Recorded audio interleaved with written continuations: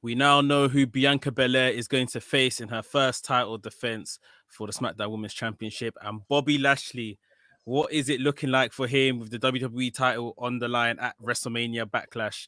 We're going to get into it in just a second, so stay tuned. This is WrestleXtra.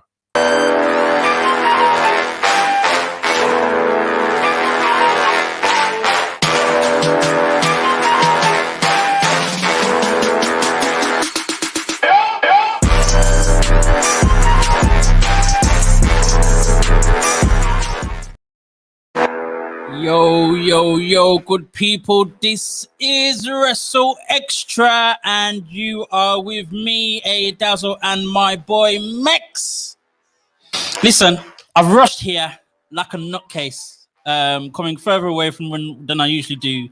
Missed the train, all sorts, rushed here, and I sat down and I thought, hold on, there's not even nothing to talk about this week because it's gonna be another one of those struggling weeks. It's gonna be difficult today. Yeah. But guess what, folks? You are here with us, watching on the WrestleManiac YouTube channel, and of course, you are listening on affinity.com, affinityextra.com. I'm even forgetting words. Like, what's going on? Come on, good day. Get it together. Also, actually, another thing I want to do, which we don't do often here, but I need to push this one because it's special. So if you notice, for those that are watching at least, sorry for those that are listening, you don't get to see our beautiful faces that often, but check us out on YouTube. You get to see the face. You don't want to see mine right now. But anyway, I've got something else to show you guys. So if you check this out, what I'm wearing, let me just move the mic a second. Black Graps Matter. So this is the official collab with one of the UK's number one wrestling apparel companies called Graps Apparel. And that shirt is exclusively only available on www.grapsapparel.com. If you check out grapsapparel.com, you'll also see they've done collaborations with Shane Taylor Promotions. So Shane Taylor and SOS, the current Ring of Honor six-man tag team champions, as well as other guys such as Davey Richards. You'll also see that Trey Miguel wears the shirts, as well as Ken Broadway, and a few other faces and names that you know in the wrestling world. So now that's out the way. I've got nothing else to talk about. Bye. Nothing else to talk about, boys. Oh man, listen, Mex, you said it though. There is one thing. There is a couple of things we can talk about. Of course, there is. You know, things have been happening in the world of wrestling, of course, and we have two great champions in the WWE. Bobby Lashley, who we'll get to in a moment. But first of all, our SmackDown Women's Champion, the baddest, the fastest, the strongest, just the best. Bianca Belair, as you said at the start of the show and in the intro, that she has her first title defense at Backlash. I refuse to call it WrestleMania Backlash. I hate that. At Backlash, we all do. Against the former longest reigning SmackDown Women's Champion in history, Bayley. Finally, Bayley's kind of back, you know, in the picture, got something to do other than walking around shouting ding dong, as entertaining as that has been. Yeah. But it's nice to see that she's now involved again. Mex, take the floor. I'll let you go with this one. Tell me, you know, what's been happening, how it's going on, and what you see happening with these two.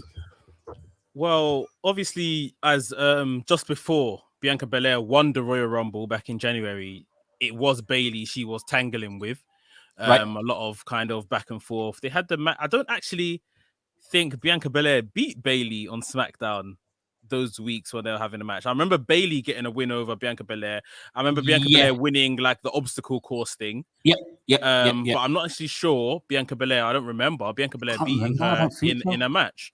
So that could be something they play off in the next 3-4 weeks before we reach this pay-per-view match. But I think Bayley's a nice first contender. I think we would have assumed that it would be a Sasha rematch. with the whole WrestleMania Backlash kind of moniker. But even with that, you know, that's another kind of arm to this story.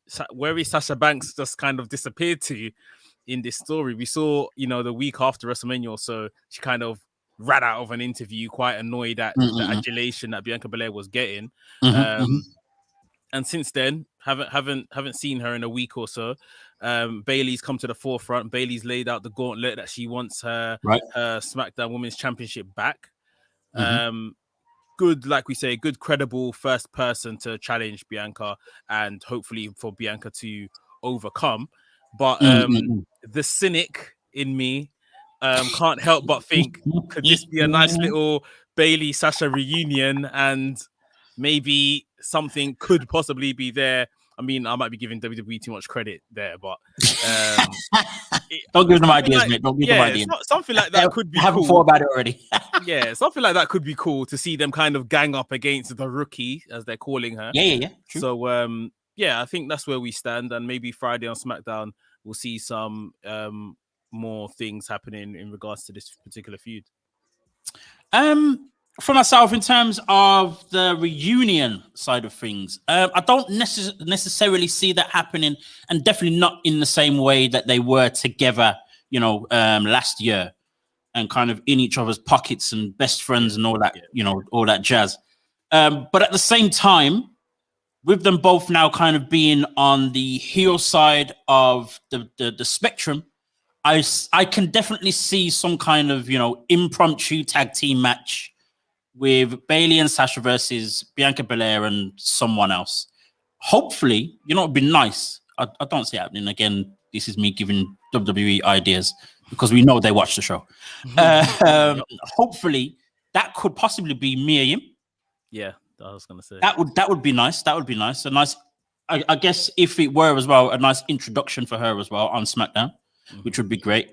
But yeah, in terms of Bayley Sasha as a duo again, not for now. I don't think they'll you know do that one for now. But at the same time, they definitely will be. Both of them will definitely be on the heels of Bianca Belair in the next few weeks, possibly even months, to be honest.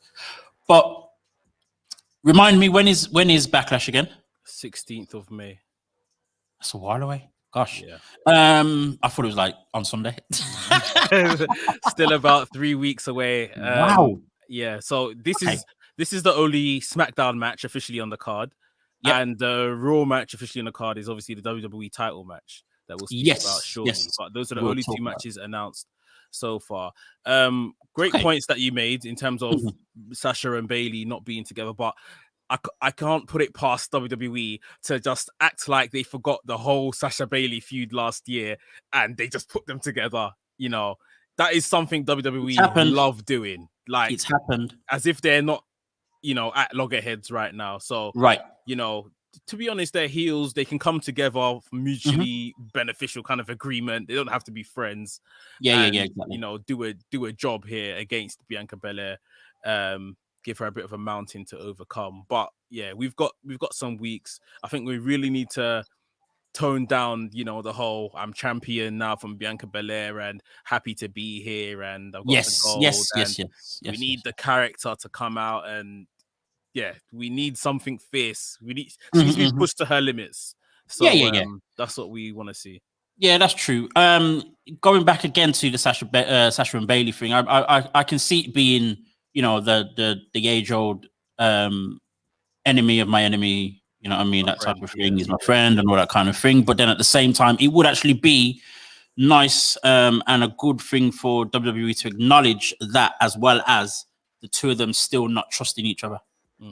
And how that will add to the dynamic of you know, the title picture and a possible, you know, triple threat down the line, maybe, or, you know, something along those lines. And even as we mentioned, you know, a possible tag team match with Bianca and someone else. I mean, in terms of Bianca Belair, you know, she's not wrestled, and that's fine. You know, she's a new champion. They don't need to wrestle every single week. It's not one of those things, and we don't necessarily see champions wrestling every single week, especially those that are top champions. Exactly. Intercontinental, United States Championships, those ones we see often every week. And we'll talk about the United States champion, the African warrior, in a bit as well. But, I mean, we saw that kind of weird interaction with Bayley and Bianca on Friday. And, Bianca was ready, Montez Ford called her on the loudspeaker and, told her what Bayley was saying and all the rest of it. And Bianca was like, okay, this is what she's saying. Okay, I'm going to come down and find out, blah, blah. So, yeah, we see the attitude, but it is, I guess we need to see it. We've heard it on loudspeaker. Yeah. But we now need to see it in action. And it is also something that we didn't get to see in the lead up to WrestleMania. So it's kind of like, give it us. Like we need to see this. I don't know if it stops us from believing her to be a credible champion, but at the same time, it still feels as though we're missing something. We know we've seen it when she's been a heel in NXT, all that kind of stuff. And as much as she's now on the other end as a face, it doesn't then mean that same attitude can't come out. Because it will add to her character. It will add to even the way we like her as well. So yeah, it's definitely something we need to see very, very soon. And I believe, I honestly believe that Bayley is the one that's gonna bring it out of her with her sarcasm, with her, playfulness, all that type of thing. So we'll see. Even with you just saying that, I thought before Sasha, I'm going back to the actual Bayley feud, early this year, late last year with Bianca Belair, she was even playing this kind of respectful role to Bayley then. She was doing all the ding dong hello stuff, and she was laughing her way through the obstacle course with Bayley. But there was never a real moment of this girl is annoying me, I'm gonna switch on her sort of thing. It was all just I'm happy to be here sort of thing. And this babyface stuff is what makes the crowd turn on people. Like it really is. You can be the tough baby face that doesn't take crap and all of that kind of stuff. Not everyone has to be that. You can be kind of lovable baby face, but I think this happy to be here sort of baby face is a very dangerous spot to be in. It feels almost very similar to when Kofi Kingston won at WrestleMania 35 when he won the WWE Championship. And the first few weeks, month or so, it was very, very similar. What helped with that was that he was going back to his home country of Ghana and doing those type of tours and all that kind of thing. So you want that. But when it was time for him to get in the ring, it took a while for him to get the aggression that we wanted to see, or expected to see even before he won the championship. So hopefully, I actually am genuinely hopeful that Bayley will bring that out of her. But we definitely need to see, and if we don't, it's gonna be a problem. Because we have many within our community, Black wrestling community, that don't really appreciate Kofi Kingston's WWE Championship run, mainly because there was this lack of aggression, or we saw it towards the end when he had feud with, like, I think it was Randy Orton and Samoa Joe. So yeah, I don't really want our people to be turning on Bianca. It just doesn't make any sense. We don't need it. We definitely don't need doesn't make any sense, especially how we were rooting for her for so long and getting so upset at the fact that she had never won anything. So for us to then turn within like a month of her being champion, just be like, what?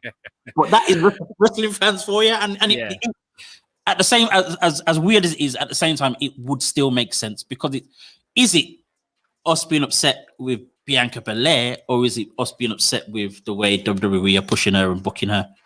It's a little bit of both, but ultimately, it's WWE, really. I think Bianca Belair needs it is the confidence that she kind of exudes already, but there needs to be like an element of arrogance to it, because she's calling herself the best. She's calling herself the best at this, the best of that.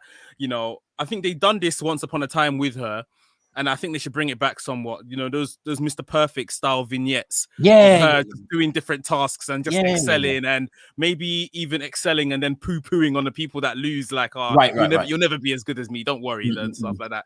Like that kind of just a bit condescending, like just give her a bit of something like to grab on, rather than just dancing around, and I can't lie, the swinging the ponytail thing has got me mad already. But I'm just trying to, like, it's too much now. They have definitely turned it up since she's been on main roster. Like, to get her to be this baby face, it's getting me vexed now. But yeah. No. It makes sense. It's too. As I like to say, as I like to say, too Rocky Maivia type. yeah. Blue chipper, cookie cutter, that type of thing. You know what I mean? So yeah, we need that. We need that change. We need that difference. Moving on to our other big champion in the WWE, the man that is the almighty WWE champion. They even put it on the thing on the screen on his card. Yeah, I'm like, what? Lower third. That's crazy, bro. The almighty WWE champion Bobby Lashley made an appearance yesterday after not being on Raw last week, and now knows that he will be facing both Braun Strowman and Drew McIntyre in a triple threat match at Backlash. That, mate, is an absolute mountain to climb. So for me, obviously with the outcomes of he loses the championship, but if he wins, again, for me, further cements just how major Bobby Lashley as WWE champion is to me. And I do actually see him winning as well. I don't see it changing hands. I don't see why it would, why it needs to. Even, the whole WWE logic of they just do whatever they want, whenever they want. I just don't see it happening. Yeah. I think, if he is to drop it, then it's to Drew, and Braun has ultimately been put in the match to take the fall, to take the win. Right. But like you, I actually see Lashley retaining here. I think there is still possibility that Drew will get this back at any time. But I think maybe that's the long game now. I'm looking as far as, SummerSlam could be where he does it, but I do have a fear that Money in the Bank is going to be in June, is going to be won by either Drew or Edge, which I just think are two people that do not need to win Money in the Bank. Right. I see, yeah. But I really did enjoy the segment on Raw yesterday, which had MVP and Bobby Lashley. And yes, despite them knowing he is the Almighty and saying he can conquer anybody, this, that, and the other, it's still the real fear that, this is the situation you put the Almighty in January, triple threat match. He lost the US Championship and, without being pinned, without losing it himself. So I thought it was really good. Of course, MVP is the pun that draws back to stuff like that, which is just let him write the whole show, please. Basically. But, yeah, he drew on that, straight fact. And that is their point of concern. That is their point of contention. They're saying that he's not being treated like a WWE champion. These things are happening without his discussion, which is a whole nother discussion, because they're not treating him like a WWE champion, in my opinion. He's just a man with a belt right now. Right. But yeah, I think drawing on that piece of logic or that bit of history that we know of was a really good point. And yeah, like we say, that's the only situation he loses is if Drew pins Braun Strowman. Yeah. And I remember when, before WrestleMania even happened, and we were talking, or was it just after Bobby won? And we were talking about who's going to be his next opponent. Before we understood it to be Drew McIntyre, of course. I was saying Braun Strowman is the only credible guy. So for him to now be facing both of them is kind of like, that's nail biting, bro. And as you said, he doesn't have to be part of the decision either. If Drew pins Braun, if Braun pins Drew, that's the title gone. It's done, yeah.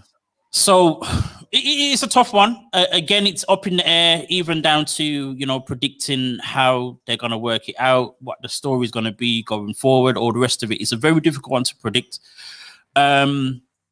If the title does change hands, I can only see Drew with it, not Braun, not for now. Yeah.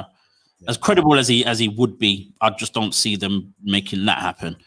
But I honestly do believe it's still going to be Lashley. I don't know what that leads to. I don't know exactly why, but they're going to hold it on him for a little longer. It's interesting you said about Money in the Bank, about Drew and Edge not being guys that need to win Money in the Bank. But honestly, you know what? I think I slightly disagree, only based on the fact that the last Money in the Bank winner was Otis. So you're probably thinking from a credibility standpoint then. Yeah. We all know what happened with that last time, and then it ended up being The Miz, and then The Miz was just, champion for like 2 weeks because he ran away the first week. You know what I mean?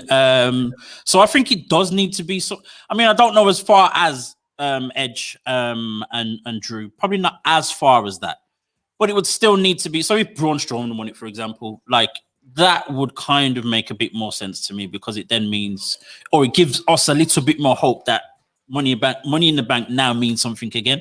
Yeah. And that the person who holds it will almost inevitably become a champion. I know Braun's won it before, hasn't he? He has. I think he didn't cash it in successfully, if I'm correct. Yeah. But he had the match, but didn't win any. Something like that. It wasn't one of those jump someone at the end of their match type of thing. Yeah. But yeah, okay. That's gonna be interesting to see what happens with that in the next few months. But yeah, I mean, Money in the Bank. Yeah, I think after the likes of Drew and Edge could be, in terms of like, if you're saying like bookies odds or something, it could be someone like Big E, who obviously right now has no title. He's got a rematch on SmackDown. I doubt he wins. Immediately. I hope he doesn't. So yeah, that something like that could be perfect for him. And do like a babyface kind of angle for it, like, I'm gonna cash this in the main event of WrestleMania next year, or something like that. Like Daniel Bryan did, something similar to that. Exactly. Yeah. So there's other people. I just feel like the Money in the Bank is for people on the cusp of that next step. It's very true. Like Edge, there's a good story there, but Edge winning the Royal Rumble is almost like winning the Money in the Bank. Right. And he's won the Money in the Bank, twice before? I believe so. Yeah, twice. Yeah, like, allow it. Don't do that again, please. Yeah. And then Drew McIntyre looks too massive to be winning a briefcase, bro. But do you get Edge, and then we get the ultimate opportunities thing again, like the real ultimate opportunist? Look, and that's the only way. That's the only way he beats the tribal chief. Yeah, I'm sure it will look good, and they'll make it look good, and the story going into it will be good. I just feel for the quote unquote younger talents behind them. Yeah, of course. No, of course. It's just not ideal. It's like, I've got to wait another year again. Sort of thing. And like we said before, we've been told that Big E is on this singles push. Obviously right now he's lost his title, so how are we going to get back around to said title or a bigger title? Or so and it's not just Big E. There's loads of talents out there that can win it, but Cesaro. Cesaro, another good shout. There's people there, man. Buddy Murphy I think would be excellent with it, with like a heel persona. There's so many people, but of course. That'd be interesting to see what happens at Money in the Bank. We've got another 2 months before that. It's in June, so yeah, mid-June. Okay. Yeah, that's cool. That works. Moving to SmackDown, and we mentioned the African warrior that is Apollo Crews, rolling with his stick in his hand, and Commander Aziz. Apollo Crews, of course, defended his Intercontinental Championship against Kevin Owens successfully with the help of Aziz, of course. And Aziz used the Nigerian nail. Used to be known as the Samoan Spike by Umaga, who did exactly the same thing, put out his tongue, with the thumb, boom, in the neck. I guess that move is reserved for natives and savages. Something like that. It's one of those ones. But yeah, then he was, Apollo was then attacked. I don't know if this was on SmackDown itself or just a backstage or a .com segment. But he was, yeah. So Big E attacked Apollo, and as you said, they're facing each other. Is it on Friday? Yeah. For the Intercontinental Championship. We mentioned this. We've talked about this a couple of weeks ago, and I think it's time for Big E to move on. Or for us to, at least, not even necessarily for him to move on. It's more so let's get rid of this Big E Apollo thing now. It's gone on long enough. You've given Apollo the championship, so let him have the championship. And if the time is now, then let's push Big E to higher heights, and towards eventually to the Universal Championship. Again, I mean, we'll be repeating ourselves here, but what do you think will happen with this? Apollo needs to retain. I don't see any way like he can lose, and then everything you've built him up to be just doesn't come to fruition. Right. And now that I'm kind of looking back on everything that's happened, I've actually been invested more in Apollo Crews than I have in Big E at any point. And I'm talking about since they were kind of, Big E first had the Intercontinental title, and Apollo came, had his match, went back. Oh, you pushed me to the back of the queue. You're telling me to go to catering. Right.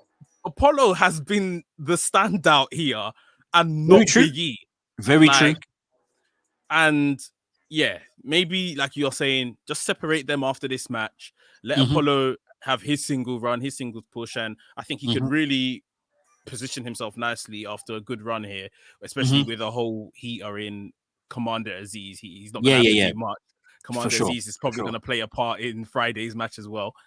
I'm sure.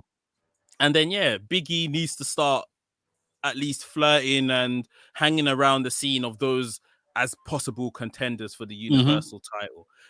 Put him in feuds and matches. Like Cesaro's there now, so Cesaro, the Daniel Bryans, Seth Rollins, and Big E versus Seth. Man. Put those promos would be major, Yeah, those promos would be amazing. Where he should be, like eliminator matches, number one contender gauntlet matches, money in the bank matches, anything that can get him closer to the title. He doesn't have to pull the trigger and win just yet.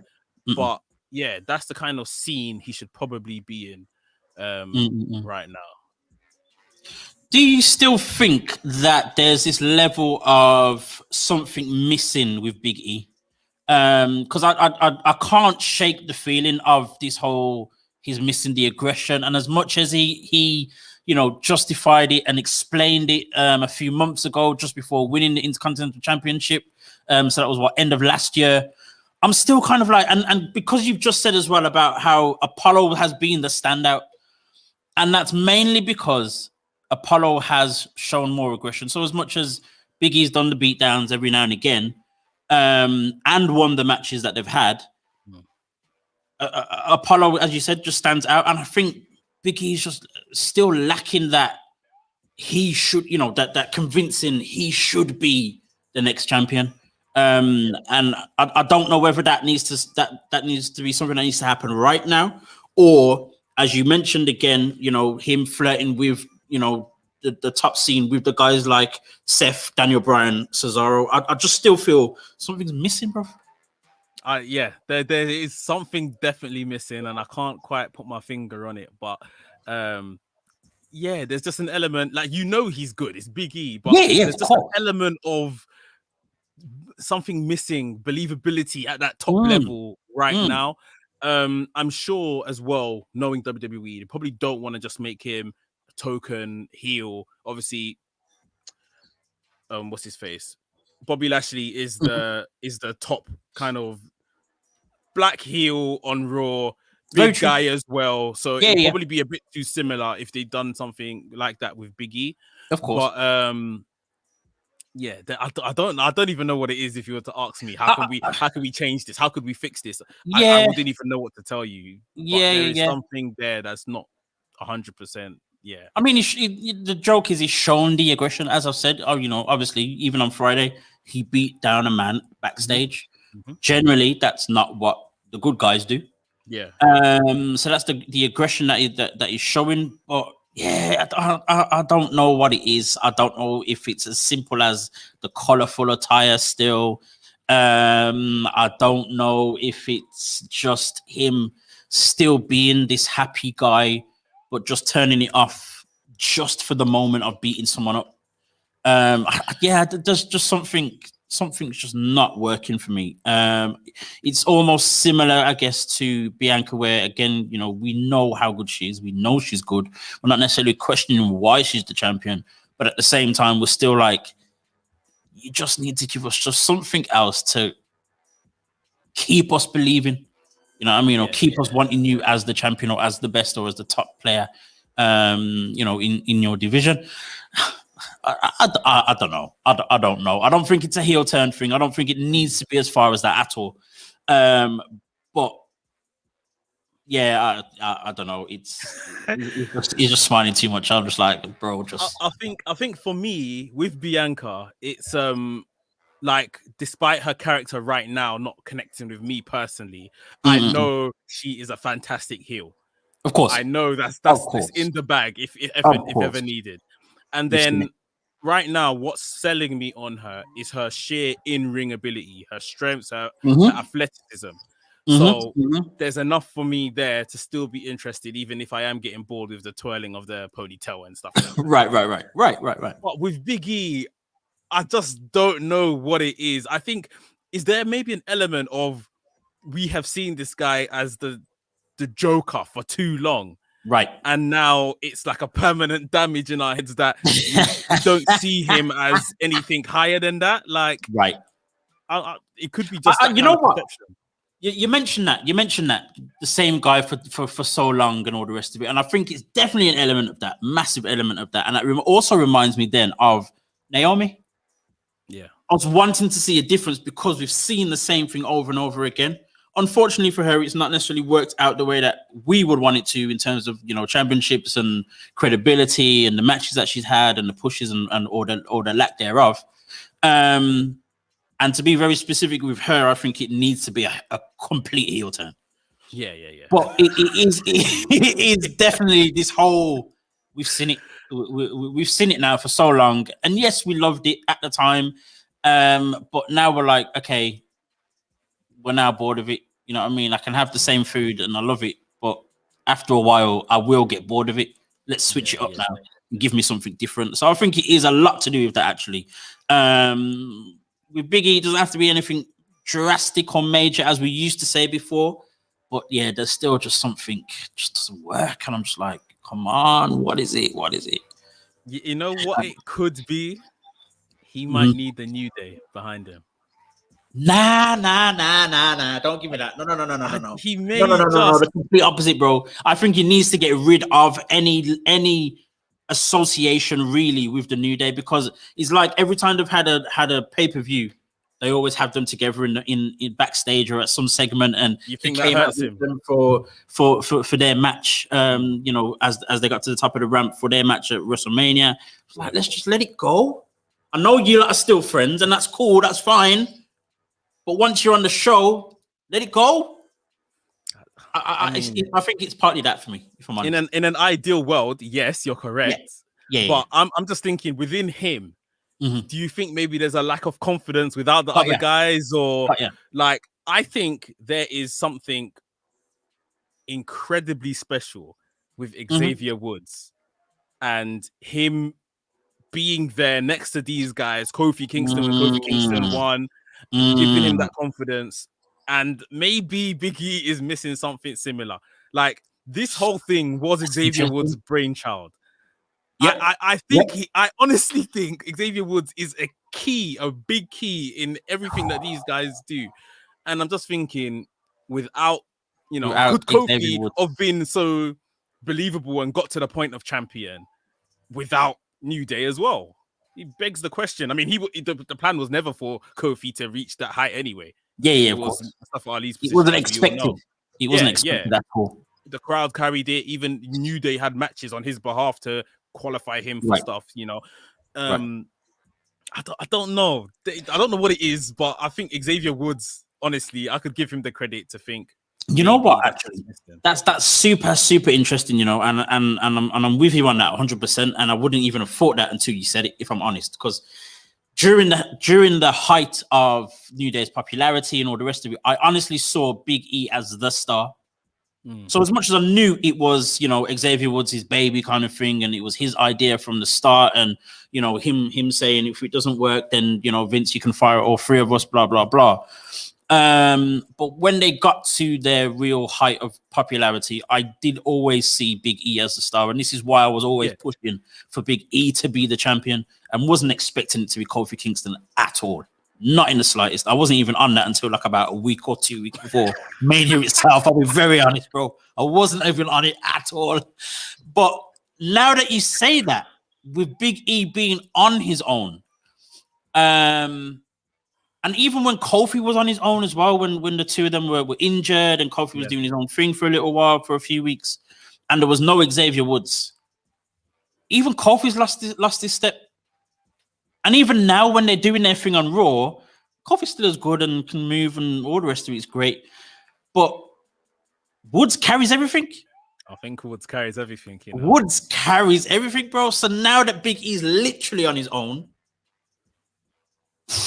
maybe it's a very real confidence in not Big E, the character, but even a Tory Ewing, the man. That's interesting, bro. That's interesting. And this is why I see a lot of people pushing for Woods to have that championship run, and why we wanted, ideally for it to be Woods versus Styles at Mania. I think that would have helped Woods in a on a singles push, and in terms of him as a single star. Ooh. I mean, bro, you opened up a can of worms, bro. Where like, honestly, talk about it again now, because that's major. Big E, Woods, Kofi Kingston are incredible wrestlers in their own rights. For sure, no doubt in that at all. Obviously, I think it's fair to say, in terms of personalities and characters, that's probably more Big E and Xavier Woods' bag sort of thing. Yeah, for sure. Maybe just in terms of that creative stuff that they can throw at the writers, and I think that might come from more Xavier Woods than any of the other two, and that is just maybe what Big E is missing. Just knowing these guys are there to fall back on, even throwing the little. There's stuff that what's his name, Xavier Woods does, which this isn't scripted stuff. Like him playing, right. It isn't. From the trombone a couple of weeks back. That was not planned. WWE had no idea this guy's gonna start playing his TNA music. Like, there's ad-libs he just says during the match, which is just like there is something with him that I think maybe Big E is possibly missing right now. I've just been noticed I've been neglecting the chat, so sorry. Jonesy chats wrestling. He says, "Good evening, lads. Hope you're well. Bayley is a great choice." That's to our earlier conversation with Bianca Belair's #1 contender. Black Nito has said there was a certain level of magic that made the three of them work. I agree, Mex. New Day. That was about New Day. Yeah. It's. I think maybe super interesting, bro. Honestly, you know what? Because looking back, even at Big E's promos, as much as I said, Big E was the guy that kind of stood out during the height of their time together. Even looking at his promos now, that he's got charisma, that he's got talent, that he can carry, but there definitely has been something missing. His promos are just don't connect with you the same way anymore. He hardly ever does any in the ring anymore. Yeah, they're always backstage. I've never even thought about that before ever in my life, but it makes a difference. They're never on right in the middle of the stage on your own. Go do it. It's always backstage, close quarters with someone else and whatnot. So yeah, I think he done one in the ring one before one of the last title defenses before WrestleMania, where he told someone else came out to the ring for the open challenge, and then Apollo Crews came out afterwards and done a beat out. But yeah, it's literally few and far between. They sent Big E out here to get the singles push, and he effectively worked as a launch pad for Apollo Crews' singles push. And now we're here doubting, has Big E even been pushed? Right. Or maybe he's been pulled back. Who knows? Like, I don't know, man. It's weird, bro. But there's still time. There's still time. Yeah, no, of course. The thing with SmackDown right now is Roman has just put a roadblock below. There is a gulf between Roman and everybody else.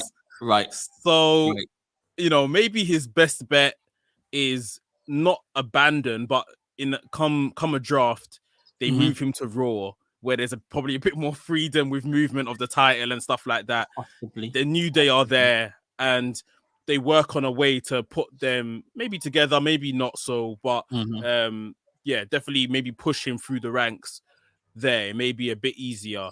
And yeah, because maybe there's an issue with creative writing in SmackDown as well, because Roman is just doing too much right now. You know? Way too far ahead of everyone, man. Yeah. I would honestly, bro, I would just be disappointed at any New Day reunion, any official New Day reunion, because I was just so set on Big E doing his own thing.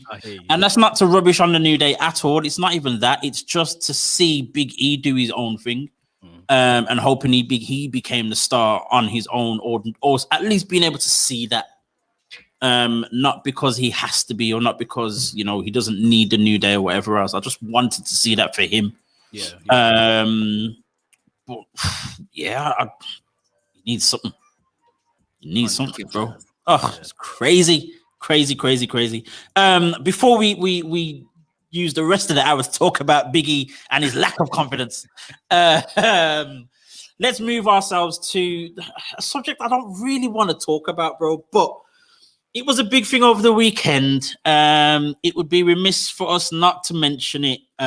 This big, massive title versus title, Impact versus AEW. We complained about it last week, and I'm going to complain about it again this week, because the inevitable, the exact same thing that we expected happened. And as much as the post Dynamite episode hasn't happened in, you know, during the time we're recording now, I'm just like, what did Kenny Omega win for? What was the point? I know I've even watched the match, bro. I just can't. I've heard the match was great. I heard the match was good, and that's expected, and it needs to be, and it needed to be.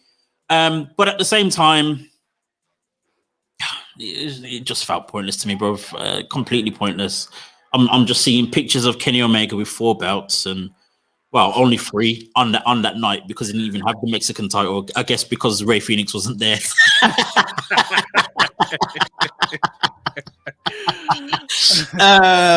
But yeah, I don't know, bro. I'm gonna let you talk about this one. You watched the match, you saw things happen. Do you see any kind of positivity?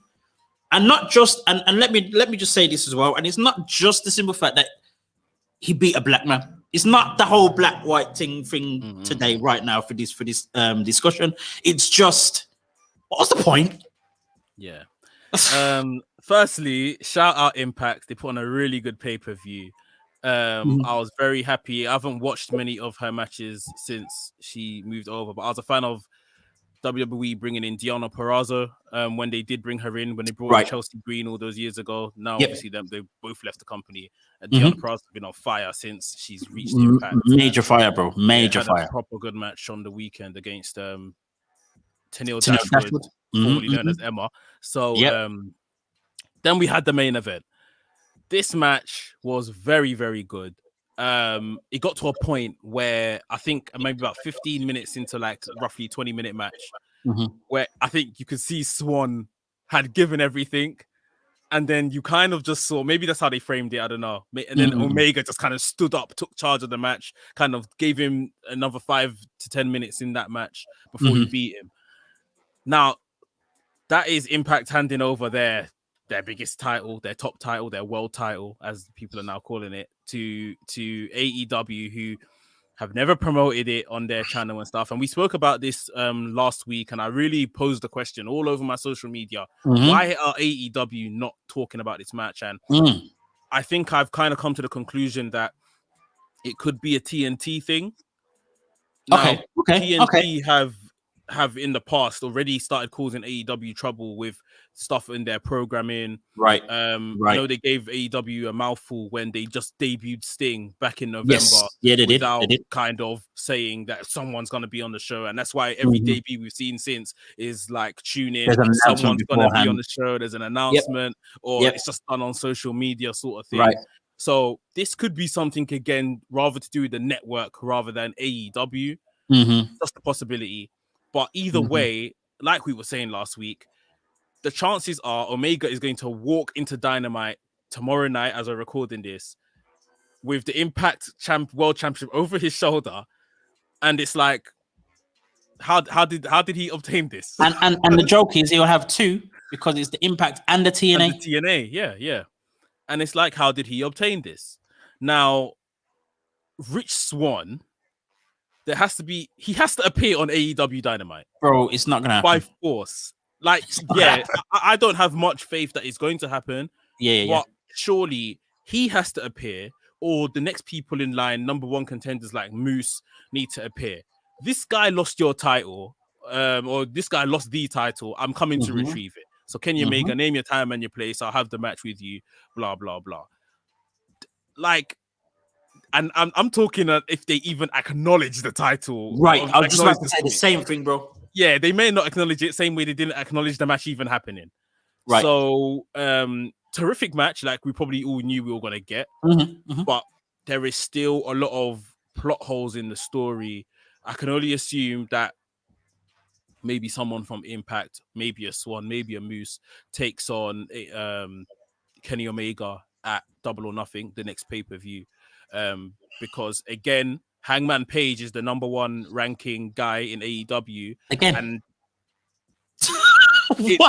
it's too soon. We all assume Hangman is going to be the guy to dethrone Omega, but it's too soon right now into the story. So Omega's going to need some guys in between. An Impact guy, Rich Swann or Moose or someone else can be that person.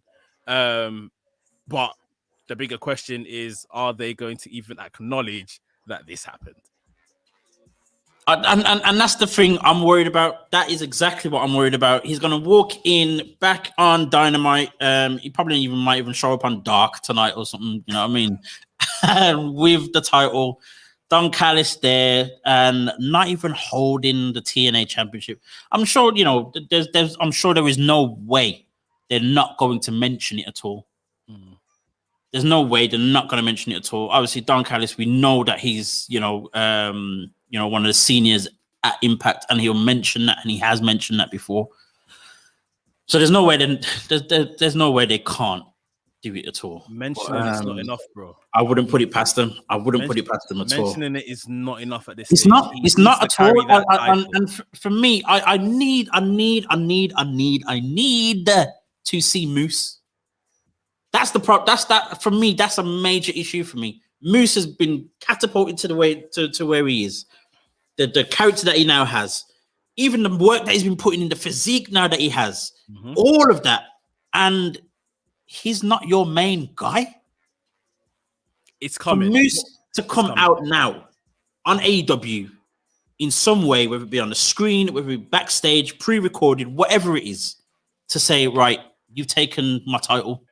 Because he had that TNA World Championship. He's the one that brought that back. You could even talk about that alone.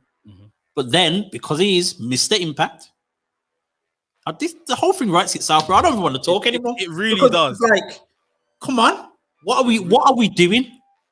And I get that there is that possible and very real blockage from TNT, the television network, for pushing a show or a promotion that is not on their radar in terms of who they work with in terms of the TV world. Yeah. So I kind of get that. But at the same time, I'm still thinking, why then does Tony Khan, AEW, whoever, make deals where you can't then bring it to full fruition? Yeah. That begs the question, like, why?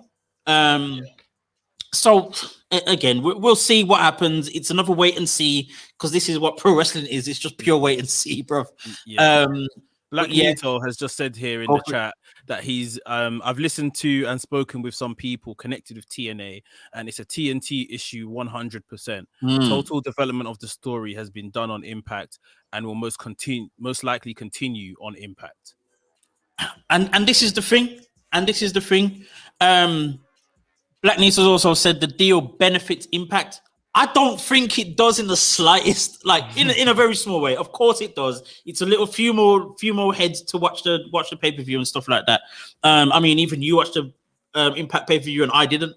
That definitely benefits Impact. That's definitely a change. Things are changing. Things are changing, definitely. But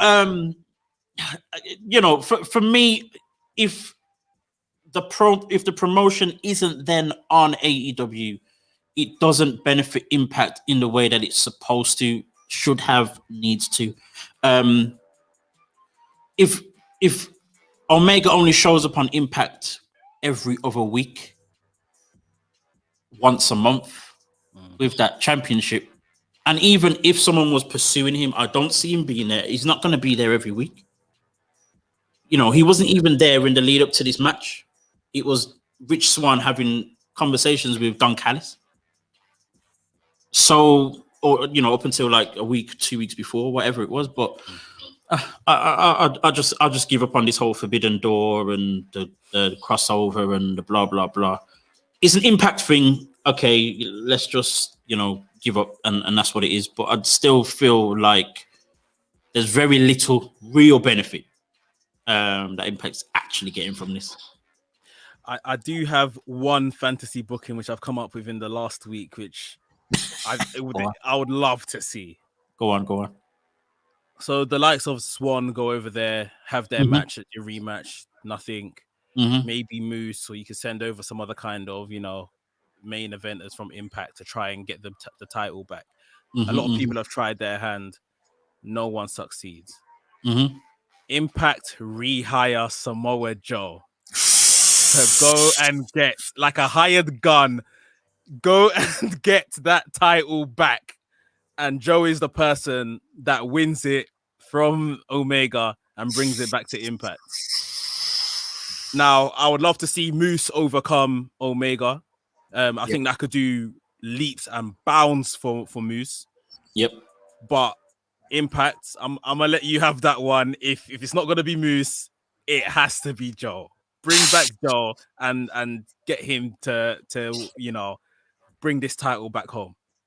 Impact done an interesting thing, and they did it this time last year as well, actually, where they were teasing literally every single wrestler that was let go by WWE last week or 2 weeks ago. I heard there was an Australian flag, hinting at the Iconics. I heard there's all these different little hints at Samoa Joe, Chelsea Green. Chelsea Green would make absolute sense because her best friend is Deonna Purrazzo. She also has history at Impact as well. I believe, even the Iconics would be amazing, but I actually believe they would be better on AEW. And I very rarely say that. I do, but I really believe they would be beneficial massively for both the company and themselves on AEW. Joe, if done the way that you said, that would be perfect. It's both AEW and Impact gaining from Samoa Joe. Samoa Joe being then on both shows, that would be phenomenal. But again, this is wrestling. We're not going to get what we want, so forget it. I mean, that is the sheer truth. The only time we get what we want, it seems to be WrestleMania season, right? And that has passed. So we just kind of see how this plays out. But mortgaging your world title and not really getting anything back, like I said, at the very minimum, Rich Swann should appear on Dynamite tomorrow night and lay out the challenge or whatever. And the question, and it begs the question: who is actually going to beat Kenny Omega for the Impact Championship? Bro. Who are they going to allow? And even if it isn't cleanly, how? Yeah. You know what I mean? Yeah, we can put names on the list in terms of who beats him for the AEW because there's Moxley, possibly Page, Pac, there are a few names that are believable, but in terms of Impact being the smaller company, and then their wrestlers also being lesser than Omega, who are they actually gonna? That's it. So Now, I'm not believing anyone can take that title back apart from Moose. Mm-hmm. That's the only person on that roster that I can feasibly believe can win that title back from Omega. And if it ain't gonna be him, then you better start hiring. Yeah, for real. And this is why for me it just needs to be him. And anyway, let's not even bother anymore. We have about 5 minutes to go. Can we choose stars of the week this week? I mean, I feel like it should be stars of the month. And even that's going to be difficult. Now, stars of the week. Who stood out this week for you, if anyone at all? I'm going to give it to. I'm going to give it to Big Swole. This is maybe not just for a week's work, but just a combination of weeks since she's kind of come back. You know, she had some health issues, and she's kind of come back and just kind of slowly getting back on the train and just getting things done, getting the wins on Dark, which always somehow cross over to Dynamite and get you a number one contendership ranking. But yeah, I think Big Swole has been doing a lot of good work. She's had a lot of matches with what's that girl's name? Kylie King and Red Velvet. So yeah, I've seen a lot of snippets of it. So yeah, good to see her back. So Big Swole. Cool. That's a good shout. As you said, for the exact same reasons of her kind of, making her way back and showing up regularly, even if it is on Dark and Dark Elevation. But we have seen her, and that's what we want to see, is just her in the ring doing her thing. I'm gonna keep it AEW, quite surprisingly, and I'm gonna go with Dante Martin. Yeah, he's been doing some good work. He has been putting in the work. So at the moment, his older brother, Darius, he has I think it's a knee injury. Yeah. And he recently had surgery as well, just last week, and it's going to take him a while to come back. In his absence, his younger brother, the one that looks like he shouldn't even be able to wrestle, bro. He doesn't even look like he knows what he's doing.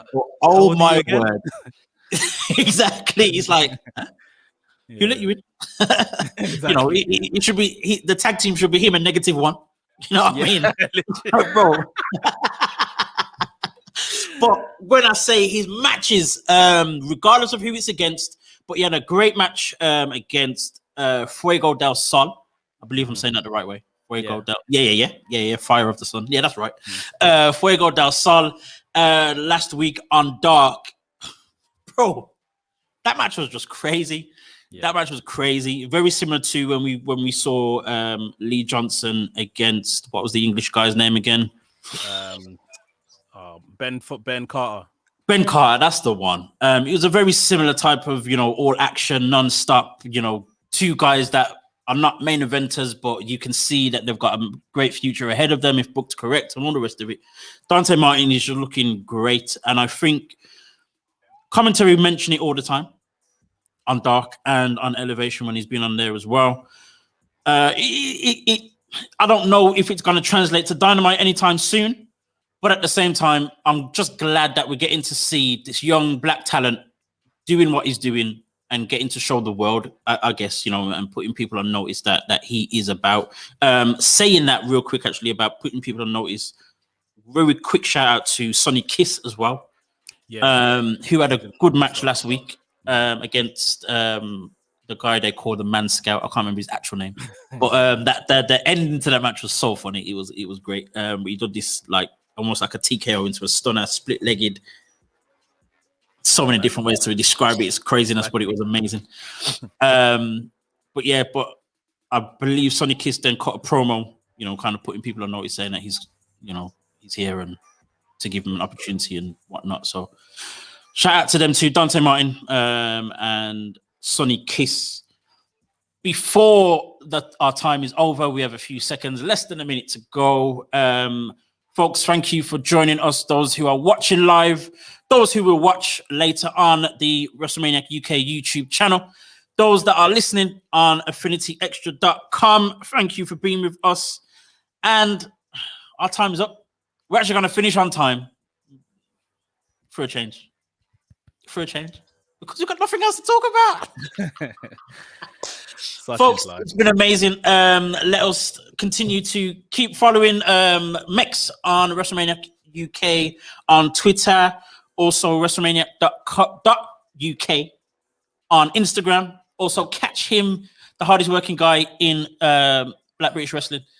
Also on the Kick Out podcast with Skillet and DJ Ace and a few other people that they throw in every now and again. Listen, this guy even had an interview with Jeff Jarrett the other day. Listen, I told you already, like I'll go away for a couple of weeks and this guy's taking my spot. What's going on? Folks, it has been an hour. It's been a good hour. We've finally done it and we are out of here. See you later, guys.